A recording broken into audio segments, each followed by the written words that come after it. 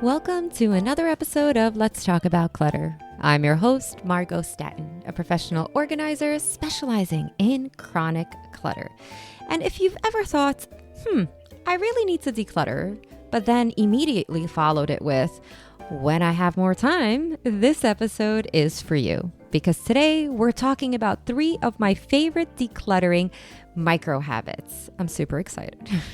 And the best part is that every single one of these micro habits take less than 60 seconds. Now, if I were to guess, every single one of you has 60 seconds to spare in a day. There will be no need for bins, no pulling everything out, no dedicating your entire Saturday to a closet that somehow ends up looking worse before it looks better. I've been there myself. Just tiny habits that fit into real life. Because let's be honest, ladies, most of us are not sitting around with endless free time looking for decluttering projects around the house. We are busy, we are working, we're raising kids, we're taking care of the house and everybody else. So if decluttering is going to happen, it needs to happen inside your life, not outside of it. One of the biggest mistakes that I see women make is thinking decluttering only counts if it's a big event. So if it's a big project, a whole day, an entire room, a whole project. But the reality is that clutter builds one item at a time, and it gets removed one item at a time too. And I'm going to say that again because I really wanted to hit home. Clutter builds one item at a time, and it gets removed one item at a time too. And this is why I'm such a believer in micro habits. And this is why I developed the spot and toss method, because these things are easy, they're repeatable, and most importantly, your brain doesn't resist them. Because when something feels easy, you are much more likely to do it again tomorrow. And that's how habits actually stick. Not through motivation, because that bad boy is unreliable, but through repetition. So let's start with my first favorite micro habit, and it's called edit while you wait. Because if you are anything like me, you spend a surprising amount of your day waiting for things to happen. Waiting for coffee, waiting for water to boil, waiting for the microwave to beep, maybe waiting for the water to warm up in your shower if you live in a pre-war building. Anybody else struggle with this hot water? Even waiting at your doctor's appointment, maybe waiting for your kids to find the shoes they swear were right there 5 minutes ago. Those little waiting moments add up, and there are hundreds of them throughout each day. And instead of grabbing your phone while you're waiting and scrolling Instagram, edit something. Maybe you're standing in the kitchen waiting for your coffee to brew in the morning. Open up a drawer. Get rid of 1, 2, 3 things that you don't need, love, or want. Easy peasy. You're waiting for pasta to boil. Clear one shelf in the refrigerator, or even just toss one mug that nobody has drank from in like 5 years. You're waiting for the microwave. Toss expired condiments.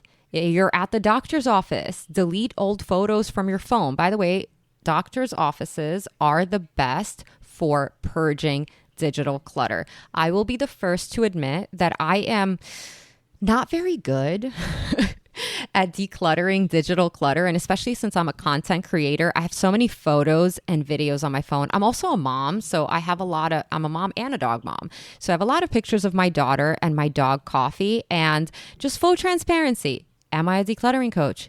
Yes, I am. Do I struggle decluttering digital clutter? Yes, I do. And for me, when I typically do it is number 1, when I'm on the train. I live in New York City, so I ride the subway almost daily. And also when I am waiting at the doctor's office.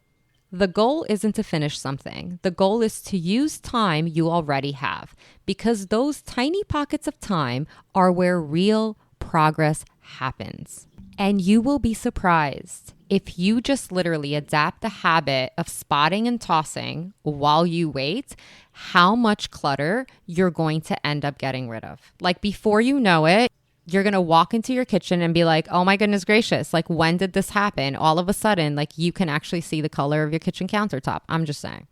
All right. The second decluttering micro habit is the 1 second wardrobe purge. And if you follow me on social media, I talk about this one a lot. I've actually even like elevated it and made it even easier for women to do. So I'm going to tell you all about it. If you're new to it, your mind is about to be blown. Okay.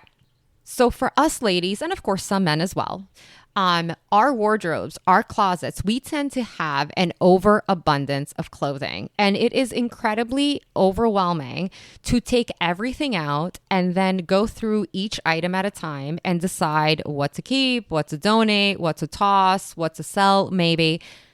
So overwhelming. And what ends up happening is maybe, I don't know, 15 minutes, 30 minutes in, you start to encounter decision fatigue and decluttering paralysis, and you just give up and it never gets done. And then you take all of your clothing from your bed or whatnot and you shove it back in and it looks worse than when you started.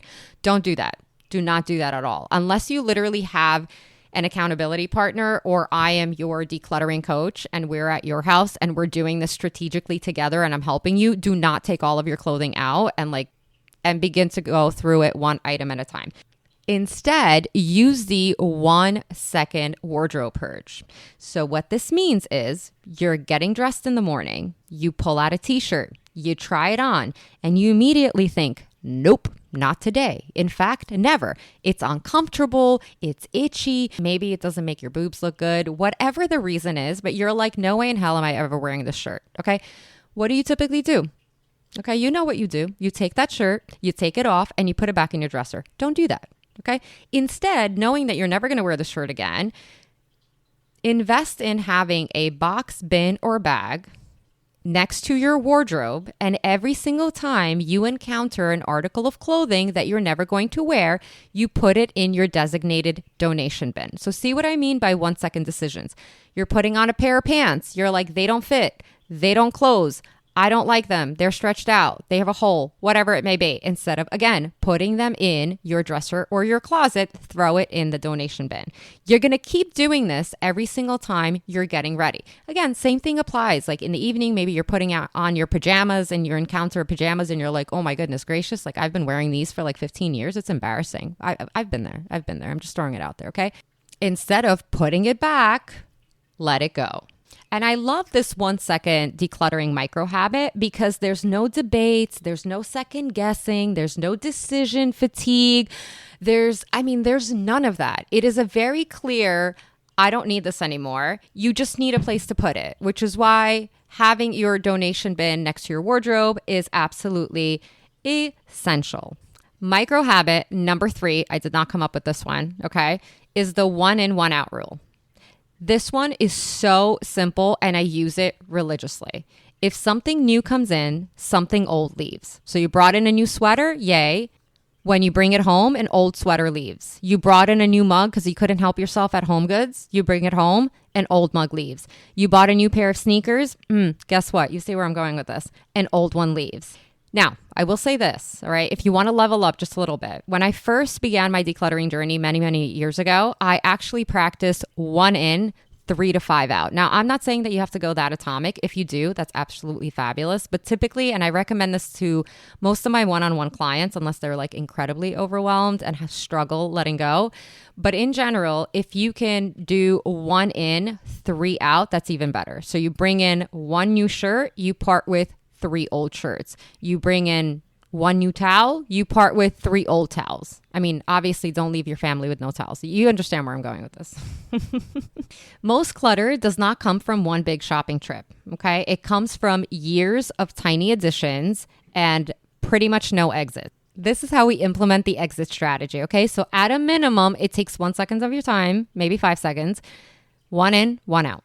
The interesting thing that happens with the 1 in, 1 out rule is that it actually, over time, helps you become intentional about what enters your home. And honestly, it makes you shop differently too. I know, especially if you like love shopping and you maybe buy more than you need, you're probably like, that's never going to happen to me. But I have worked with thousands of women and I promise you this happens. Like when you begin your decluttering journey, whether it's spot and toss, 1 item a day, 1 in, 1 out rule, whatever it may be, after some time, you become so intentional about the stuff that you allow to be brought back into your home, and you almost become addicted to, I speak from experience, you become addicted to having things leave your home. Like it's wild. I mean, at this point, For me, decluttering is almost like therapy. And I find myself like how I know I'm stressed is I will randomly walk around my home and try to find things that I can get rid of. And the most disappointing, and don't laugh at me, okay? Because you will get there. The most disappointing thing that happens sometimes is I literally have nothing to get rid of. I'm not a minimalist, by the way, but I have nothing to get rid of. And that's where we want to get you. Now I know none of these habits are exciting. They're not sexy. They're not Instagram worthy, but they work because they don't require motivation. They don't require free weekend. They don't require perfect plans. Stop perfect planning. Decluttering will never be perfect. They just require consistency. And that's what keeps homes under control. Not giant bursts of effort, tiny actions, compounding, repeated over time. So here's my challenge for you this week. Pick one of these habits, just one, not all three, just one, and practice it every single day for the next 7 days. Notice how different it feels when decluttering becomes part of your life instead of another thing that you have added to your to-do list. And honestly, that is why I created my new 7-day spot and toss decluttering challenge. If you want to participate, I'll leave a link to the show notes. And what happens in the 7-day challenge is every single day, you'll receive one tiny area to focus on, a quick audio message from me, because I like to motivate, a little motivation in your ear does help, simple spot and toss action steps, most importantly, realistic decluttering that actually fits into your day. No overwhelm.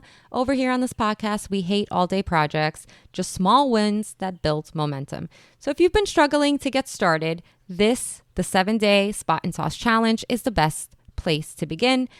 You can join by checking out the link in the show notes. So remember, you don't need more time. You need smaller, bite-sized micro habits. Because a few seconds today is always better than waiting for a perfect weekend that never comes. Thank you so much for listening. Good luck on your decluttering journey, and always remember to be good to yourself.